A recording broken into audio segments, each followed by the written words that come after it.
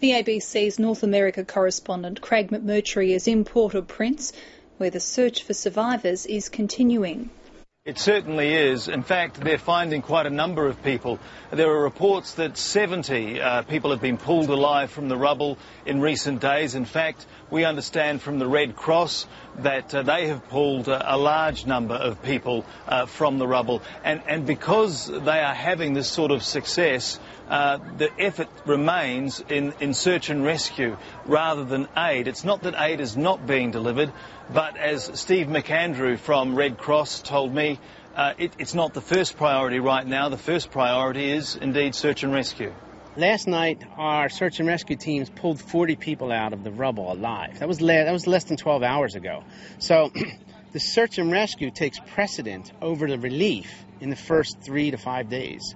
So there's only so much logistical capacity to bring in relief. So we're not going to bring in flights with shelter goods when you have people still in the rubble and you need to bring in flights of rescue teams. But Craig, there are scenes of desperation as survivors fight for much needed aid.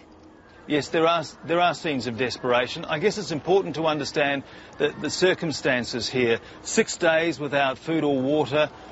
They're desperate. They feel as though they've been let down, that their government isn't providing any support. There's no infrastructure. They are gathering together in camps because they don't feel safe to go into their homes. There are wild rumours sweeping around. There are earthquake aftershocks which further traumatise the local population. And it becomes a frenzy when these aid drops come in, whether it's things being dropped from helicopters or it's water tankers. People are prepared to wait their turn up to a point, but when they're entirely desperate and the survival of their families is on the line, they will do whatever it takes to survive, and that's what it's come to here. Of course, it's not just aftershocks that are dangerous. There are reports that up to 200,000 people are dead. Disease is a risk. Are the bodies being processed quickly enough? The bodies are certainly being processed. When you drive around the streets of this city now, you aren't seeing the numbers that we saw previously. That is not to say, though, that there aren't still bodies there. They are still finding bodies in the buildings, and those bodies are being placed on the road, waiting for, to be blunt, front loaders to come along and scoop them up, dump them into trucks and take them to pits that have been prepared outside of the city. Look, that sounds incredibly gruesome, but that is the reality of this situation.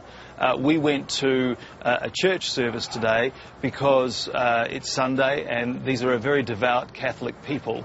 Now, many of the churches have been completely destroyed by the earthquake, so they were gathering today out in the open or in gardens, and we went to one of these services, and very nearby there was a body lying in the street. It had been covered, but it was still there and it hadn't been picked up yet.